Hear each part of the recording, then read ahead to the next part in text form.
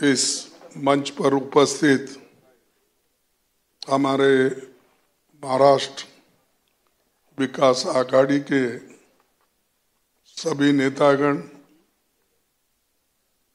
और यहाँ पर उपस्थित सभी पार्टी के नेतागण और मीडिया के हमारे दोस्तों और सभी साथियों, आज हम महाराष्ट्र चुनाव घोषणा पत्र आपके सामने रख रहे हैं। इससे पहले हमारे गारंटीज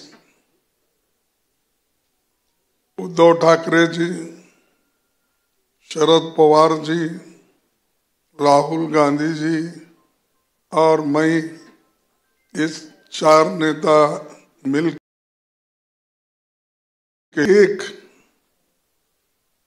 मुद्दे पे वहां पर आपको सारी चीजें बताई थी, लेकिन आज हमारा जो घोषणा पत्र डिटेल में है वो आपको बाद में मिलेगा।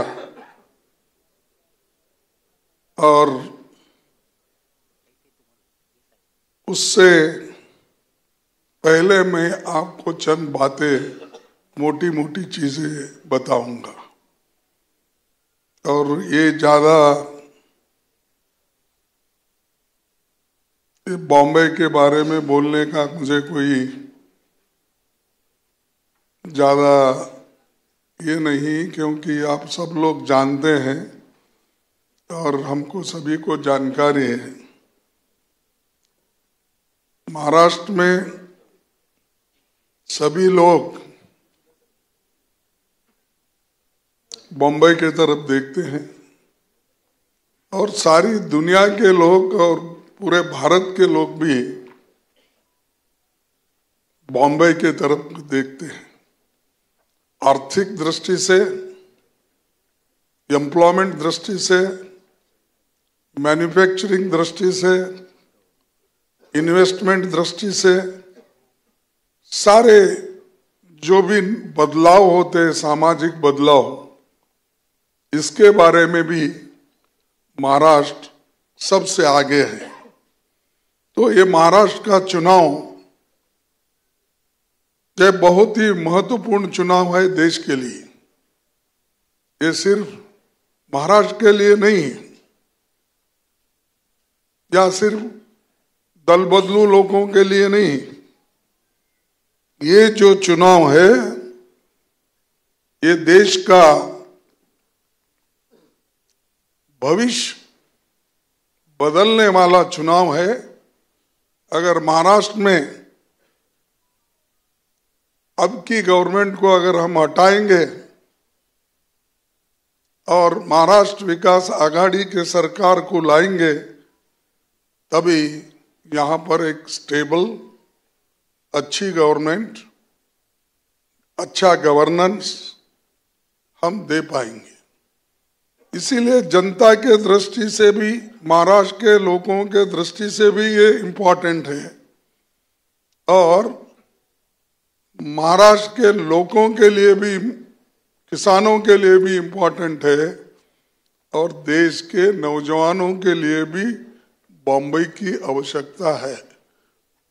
और मुंबई में हर आदमी कुछ आशा लेके देश के विभिन्न भाग से आते हैं और एक कहावत है हमारे तरफ, जो भी बॉम्बे जाएगा वो भूखा नहीं मरेगा, कुछ ना कुछ काम मिलेगा और सस्ते से सस्ता दाम पे भी खाना मिलेगा।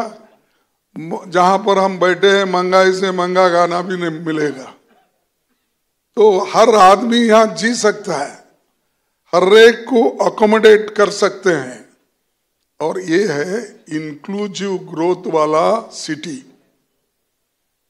तो इसीलिए हम ये चाहते हैं कि इस बार हमारे जो घोषणा पत्र है इसका महाराष्ट्रनामा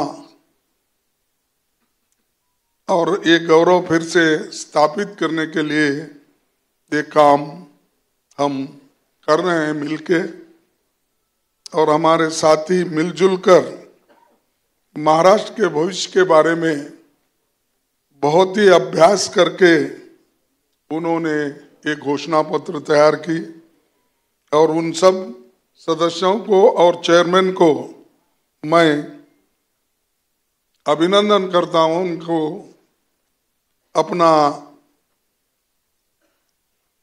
जो भी उन्होंने तैयार किया है सोच समझ के बजट का प्रोविजन इसको आगे रखने के बाद ही उन्होंने किया है, क्योंकि मोदी जी हमेशा हमको यही कहते हैं कांग्रेस बड़ा झूठ बोलती है,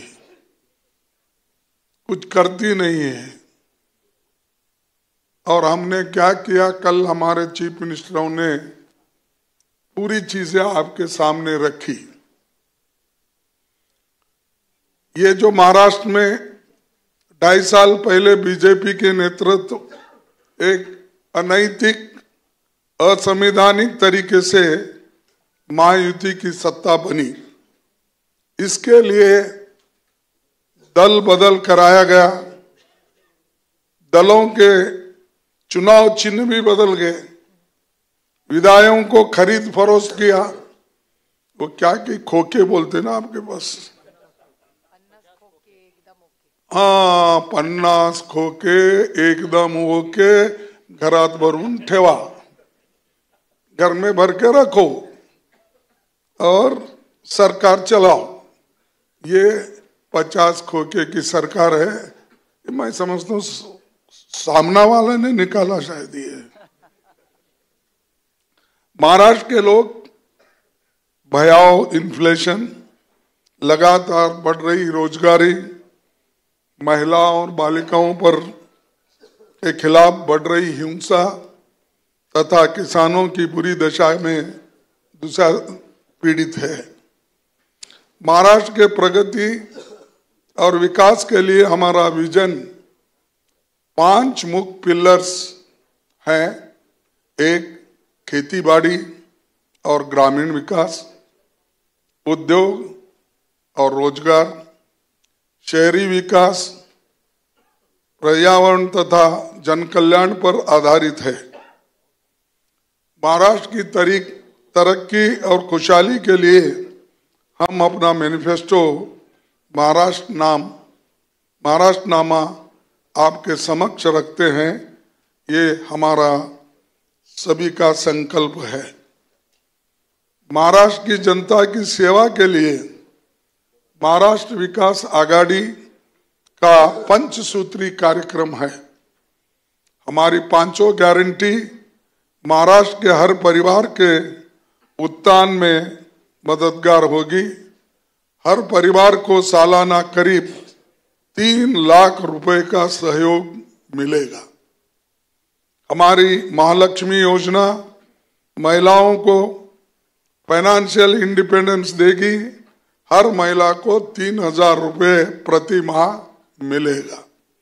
जब हम कर्नाटक में दे रहे थे तो उसको मोदी जी ने बोला ये क्या है, रेवड़ी देकर ऐसा कर रहे हैं वैसा कर रहे हैं बोल रहे।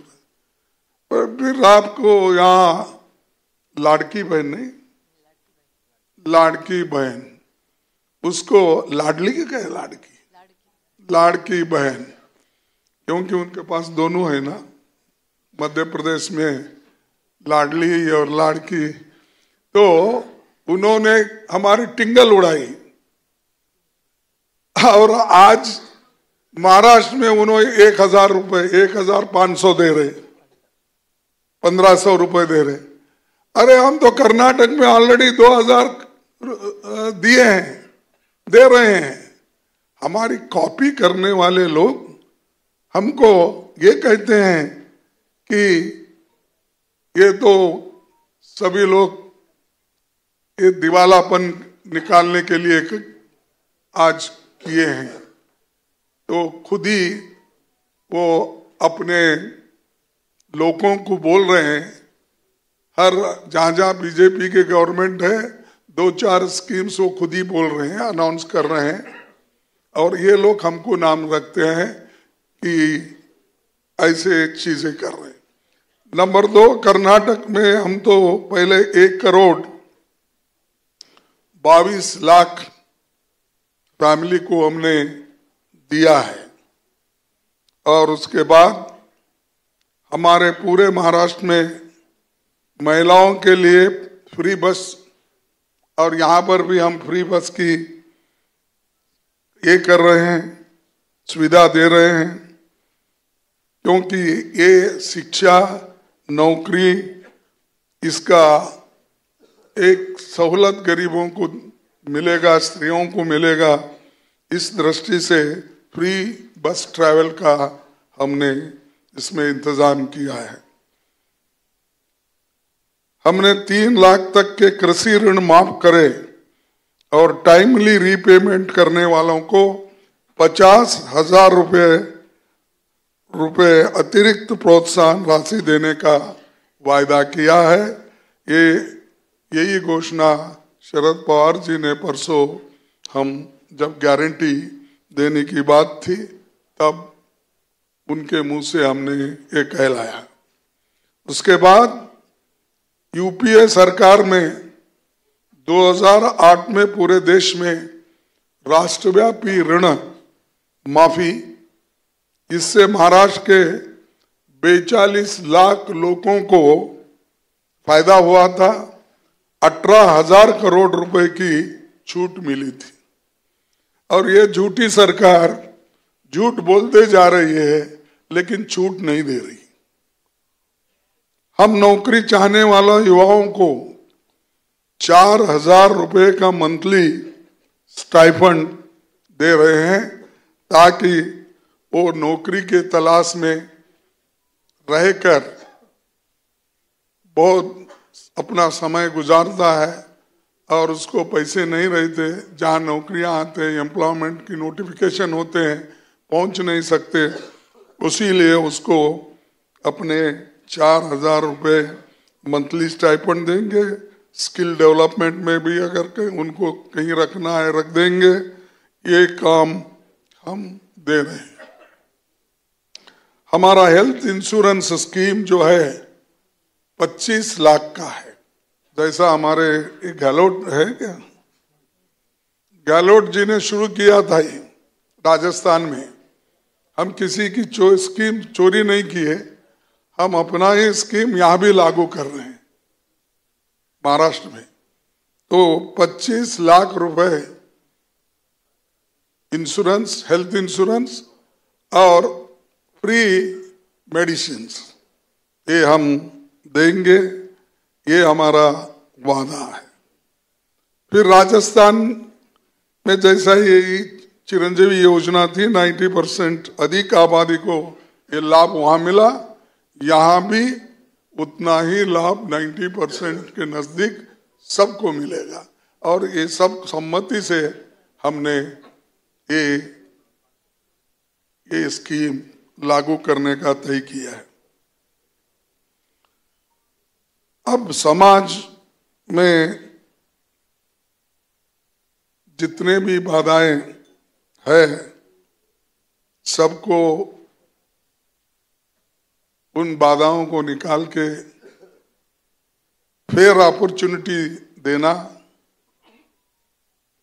और उनको उनके स्तर पर, यानी जातीय जनगणना करने का हमने फैसला लिया है।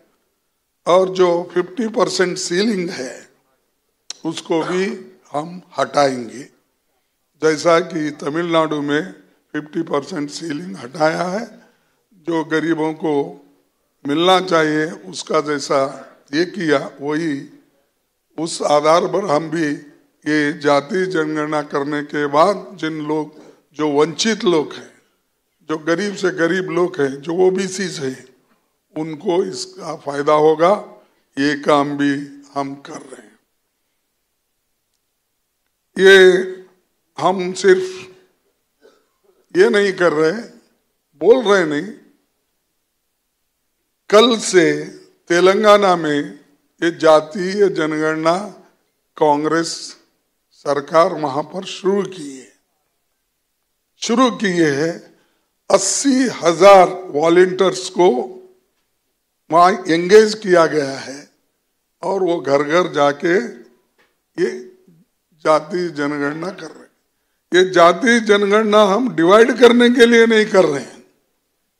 उनको उनका पर कैपिटा इनकम क्या है, उनके पास कितनी खेती है, उस समाज में कितने ग्रेजुएट्स हैं, कितने सरकारी नौकरियां हैं, कितने प्राइवेट में नौकरियां हैं, ये सब चीजों को हम मालूम करने के बाद हम लोग इनको क्या सहूलत दे सकते हैं सरकार की ओर से, और उनको जो समाज में ऊपर लाने के लिए हम क्या कुछ मदद कर सकते हैं, ये उसका असल मुद्दा है। लेकिन मोदी जी इस बात को भी ये बोलते हैं, कांग्रेस वाले, विरोधी पक्ष वाले, ये सब देश को बांट रहे हैं, जाति जाति पे झगड़ा लगा रहे हैं। अरे भाई, हम अगर झगड़ा लगा है, हमको आप कहते हो ठीक है, हम झगड़ा लेने को तैयार है, क्योंकि हम गरीबों की मदद करना चाहते हैं। लेकिन आप क्यों बोल रहे हैं? देखो, कांग्रेस इस देश के राष्ट्रपति कौन है? मुर्मू जी। हाँ, द्रौपदी मुर्मू जी। देखो, आदिवासी को हमने बनाया, इसलिए बनाया, देश में जाति के नाम पे तुम वोटों के लिए लिया, उनको देना इस हिसाब से नहीं लिया। इससे पहले मैं दलितों को दिया, इसीलिए वोट मांग रहे हो, दलितों को दिया। देखो, मैं कभी भी ऐसे बातों को स्वीकार नहीं करता। तुम्हारे पार्टी की अगर आइडियोलॉजी है देने का, दे दो, लेकिन उनका बात करके पब्लिक मीटिंग में बोलना, हम ये चीजें किए हैं इसीलिए हमको वोट दो, बोलना, ये संविधान के तहत एक और देश के गरीब जनता के खिलाफ ये एक गद्दारी है। ऐसा नहीं बोलना चाहिए। आप बनाए, ठीक है, क्या कोई आपको बोलता है इस देश के प्रधानमंत्री बने आप? हम कभी बोले हैं अरे तेली कम्युनिटी से, बैकवर्ड कम्युनिटी से आया? नहीं बोलेंगे। तेली हमारे भी है, तेली उनके भी है। हर समाज में बीजेपी में है, हर समाज के लोग कांग्रेस में है, हर समाज के लोग हमारे उद्धव ठाकरे जी के साथ है, हर समाज के लोग शरद पवार जी के साथ है। हम कभी नहीं बोले उसको डिस्क्रिमिनेट करके ये, लेकिन उनके लिए कार्यक्रम अगर आप बनाने का है तो बोलिए, कार्यक्रम के लिए बोलिए। और मैं पूछता हूं, इतना भारी आप बताते हो राष्ट्रपति हम द्रौपदी मुर्मू जी को किए, फलाने को किए, कितने SC ST लोगों को आप इंपॉर्टेंट पोर्टफोलियो देकर उस तुम्हारे सरकार में आप बिठाए, सबको स्टेट मिनिस्टर या कुछ पावर नहीं है, कोई कैबिनेट है तो डमी। तो ऐसे लोग अगर बाहर बोलते हैं, वही कांग्रेस का UPA गवर्नमेंट था, सब पार्टी के नेता बड़े बड़े पोजीशन पे थे, होम मिनिस्टर थे शिंदे जी, यहां मैं रेलवे मिनिस्टर था, शरद पवार जी एग्रीकल्चर मिनिस्टर है, जो उनका पेट और कंटिन्यूअस सब्जेक्ट है। तो ऐसे आप देखिए, हर एक को, मीरा कुमारी थी, स्पीकर, पहली महिला, और बहुत से नेता दलितों में, बैकवर्ड्स में बड़े हुद्दे में और पावरफुल थे। यहां अपने साथ फिरने वालों को, पाप बिचारों को लेकर संख्या दिखा रहे हैं आप। मैंने ये बनाया, वो बनाया, वो एक। और महाविकास आघाड़ी का महाराष्ट्र के लिए अगले 100 दिनों का मसौदा यहां पर हम रख रहे हैं। उसमें महिलाओं के लिए सालाना 6 गैस सिलेंडर, प्रति सिलेंडर का दाम केवल 500 रुपये होगा। इससे घरेलू आर्थिक दबाव घटाने में मदद मिलेगी। महिलाओं के खिलाफ अपराध में महाराष्ट्र देश में दूसरे नंबर पर है। महिलाओं के खिलाफ अपराधों को रोकने के लिए एक ठोस निर्भया महाराष्ट्र नीति बनाएंगे। उनकी सुरक्षा के लिए शक्ति कानून लागू करेंगे। 300 यूनिट तक की बिजली खपत वाले घरों को 100 यूनिट बिजली की छूट दी जाएगी। उद्योगों की स्थापना और रोजगार के अवसर पैदा करने के लिए न्यू इंडस्ट्रियल पॉलिसी बनेगी। इसमें रोजगार पैदा करने के साथ श्रमिकों के कल्याण पर हमारा फोकस होगा।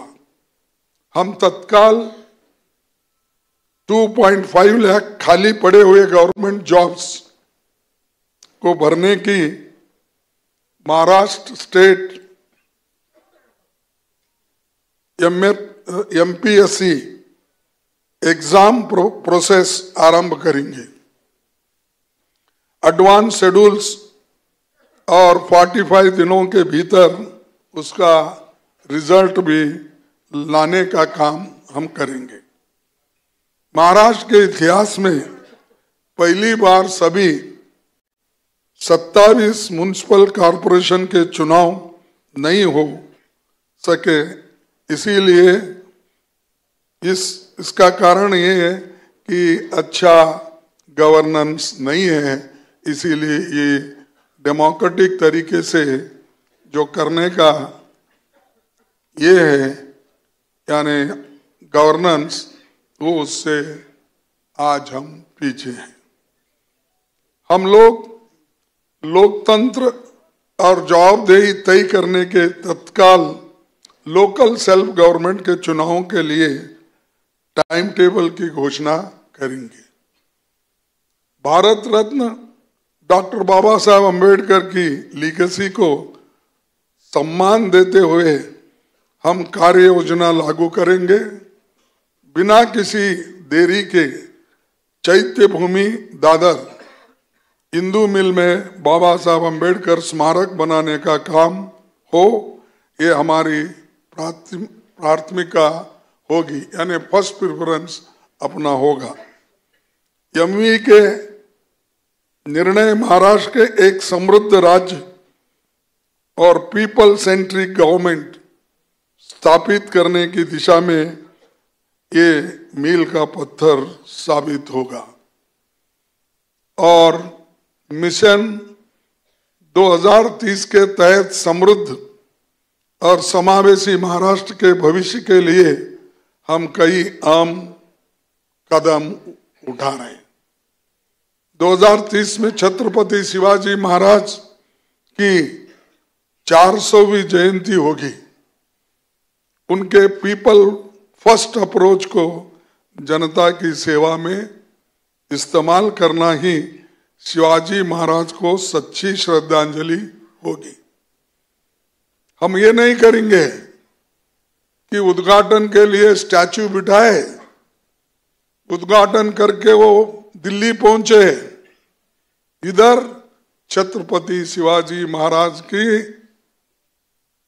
प्रतिमा गिर गई, क्योंकि या बनाने वाले अच्छे नहीं थे, एक अच्छा मटेरियल नहीं यूज किया, इसकी बगैर कुछ देखे बिना उनके क्वालिटी इंजीनियर्स रहते हैं, लेकिन अगर अपमान किसी ने शिवाजी महाराज का किया है वो मोदी जी ने किया है। और खुद मोदी दूसरों के लिए कहते हैं शिवाजी महाराज की उन्होंने जो संभाला देश को, हाँ भाई संभाला, लेकिन आपको किसी ने कहा उनका इंसल्ट करो।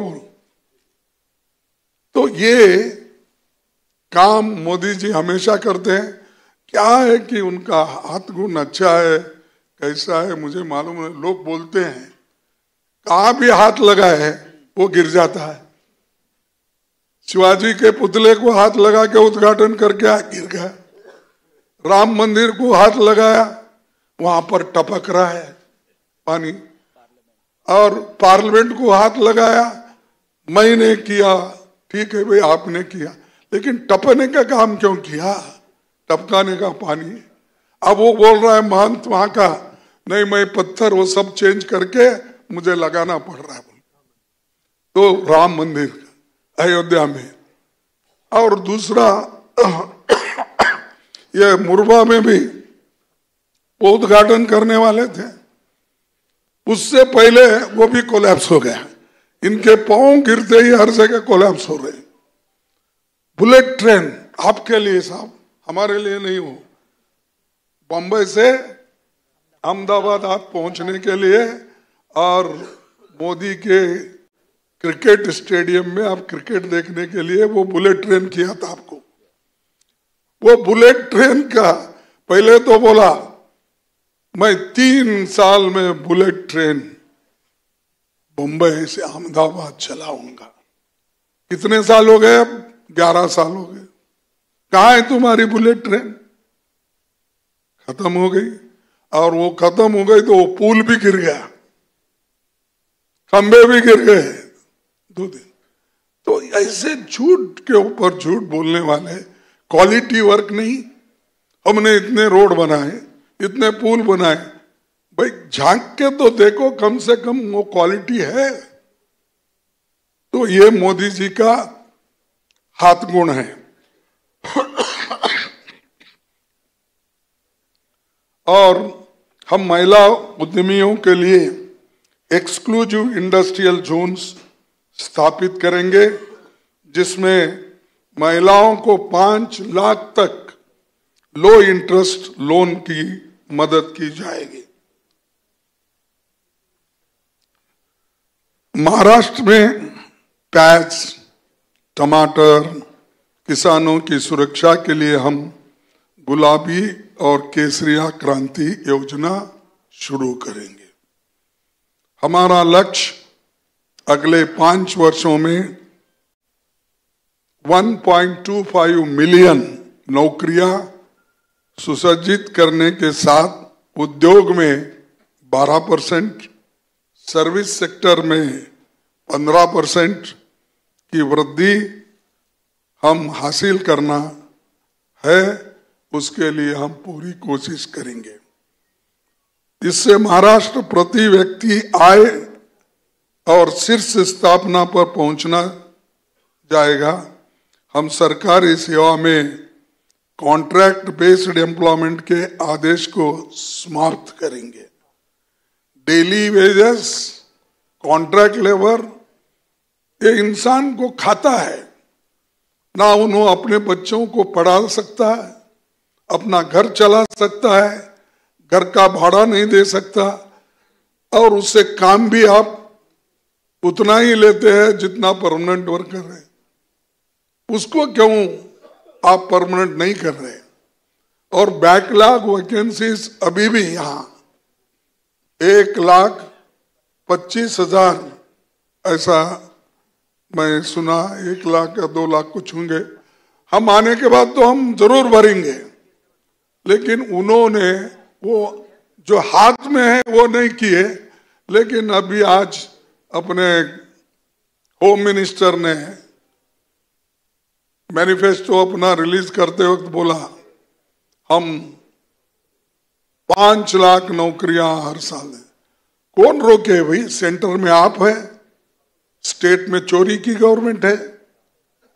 आपको रोका कौन है? आप बैकलॉग कब होते हैं? आप रिक्रूट नहीं करते तभी होते हैं, और रिक्रूटमेंट नहीं करे इसकी किसकी गलती है? ये यहाँ के सरकार की।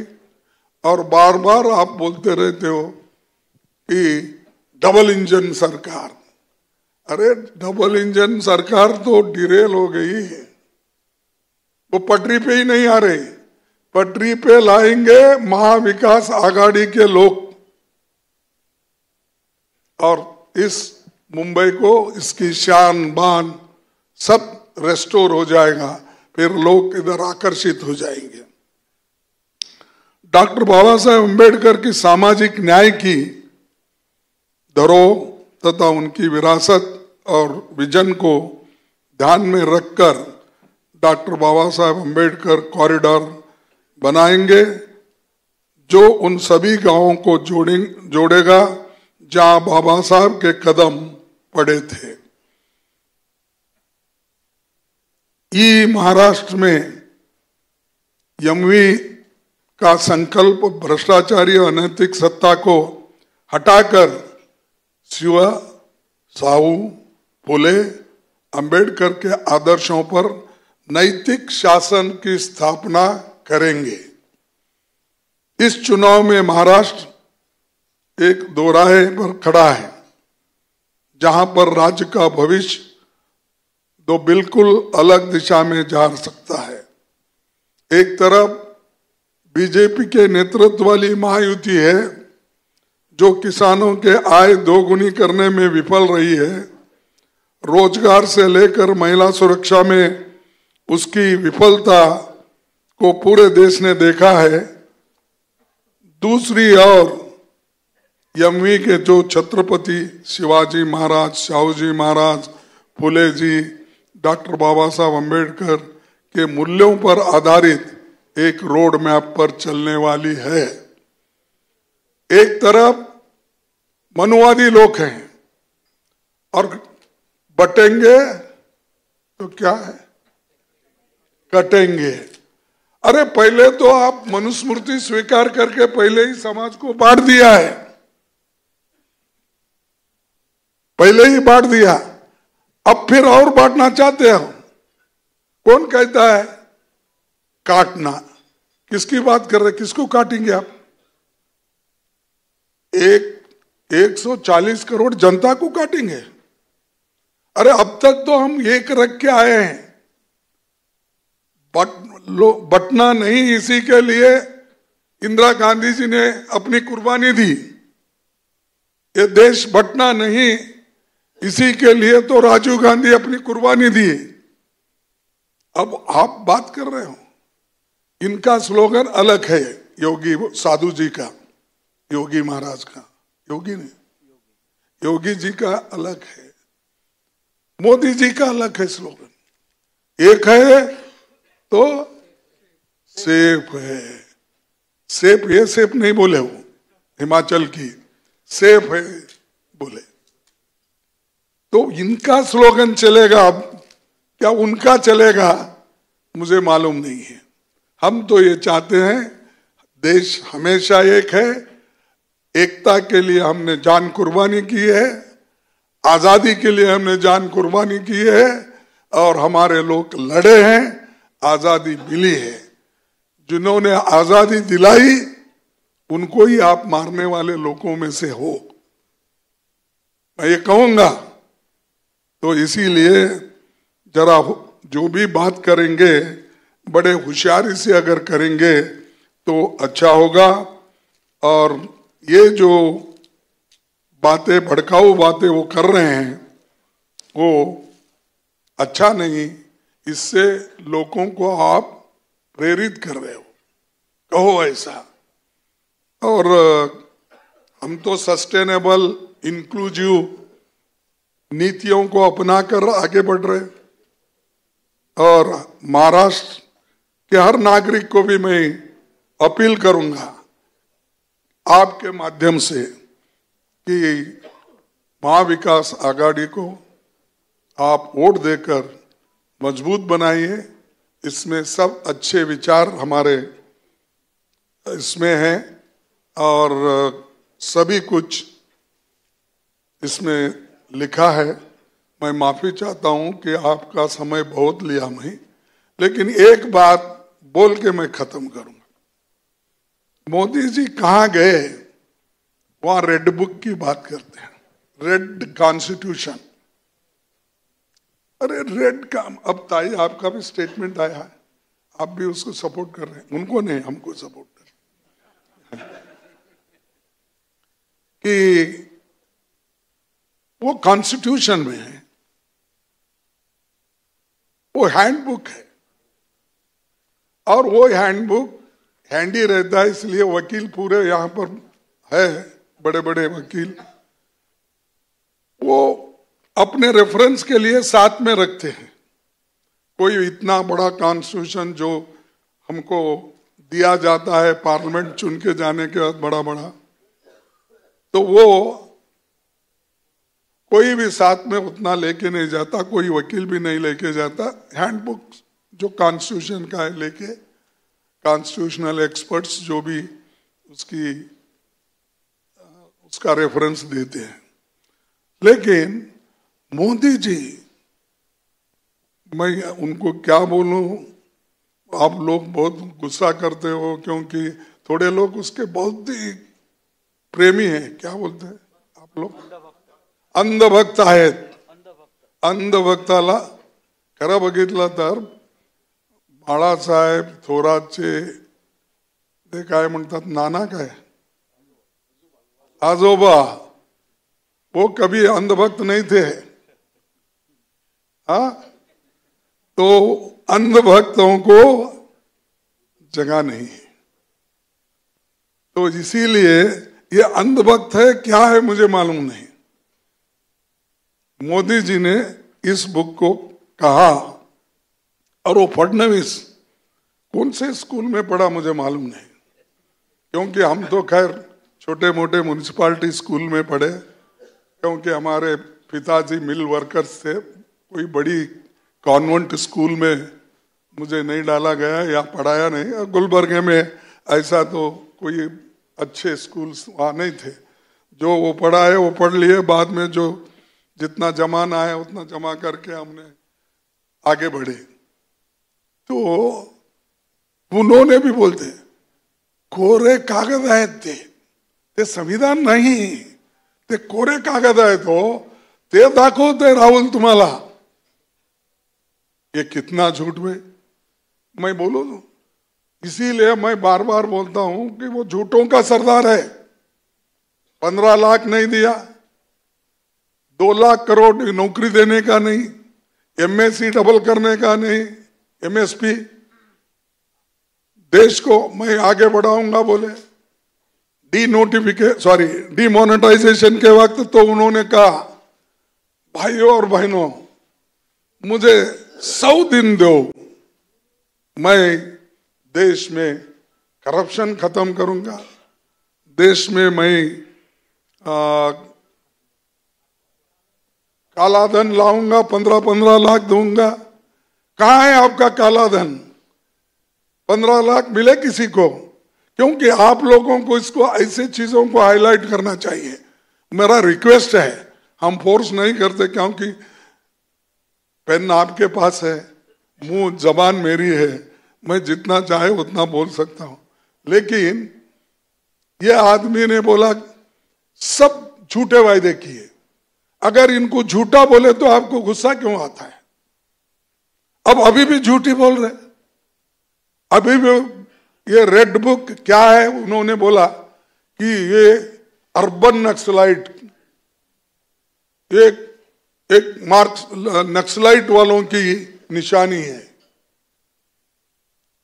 तो इसीलिए ये नक्सलवादी लोगों का नहीं है, सॉरी. तो ये भरा हुआ है किताब. ये देखो, मोदी जी को दिखाओ. और उन्होंने क्या किया, मैं 1 मिनट.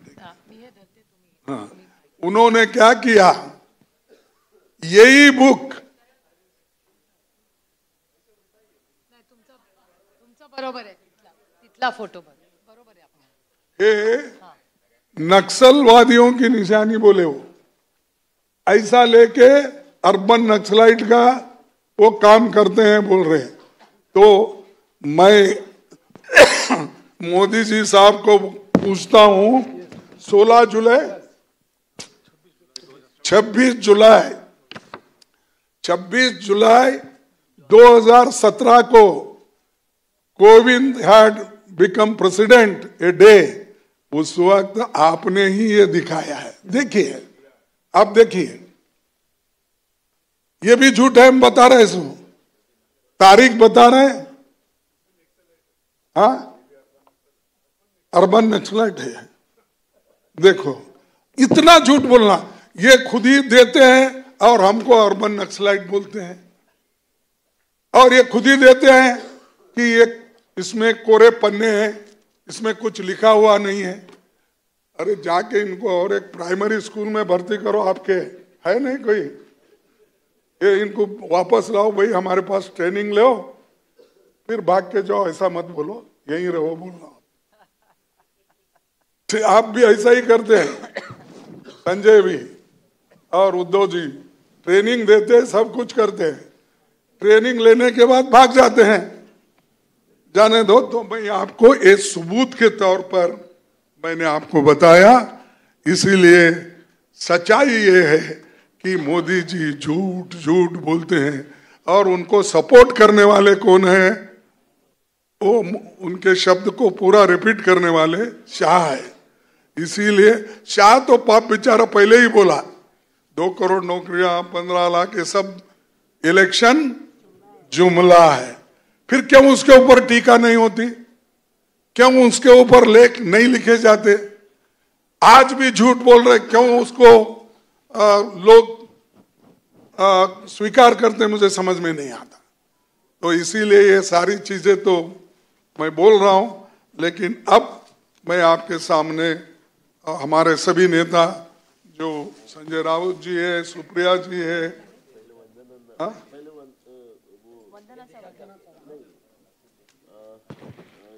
अपनी कमेटी बनाई थी ना अपन ने, रुद्रा चौहान जी के अध्यक्षता में, तो वंदना चौहान जी है, थोड़ा संक्षिप्त में वो बताएंगे, फिर बाद में अपन ये करेंगे।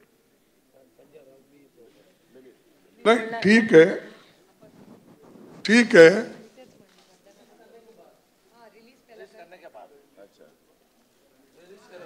तो ये देखिए,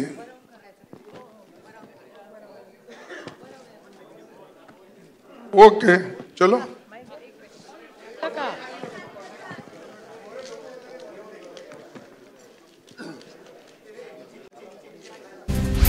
वाशिमच्या कारंजा मानोरा मतदारसंघ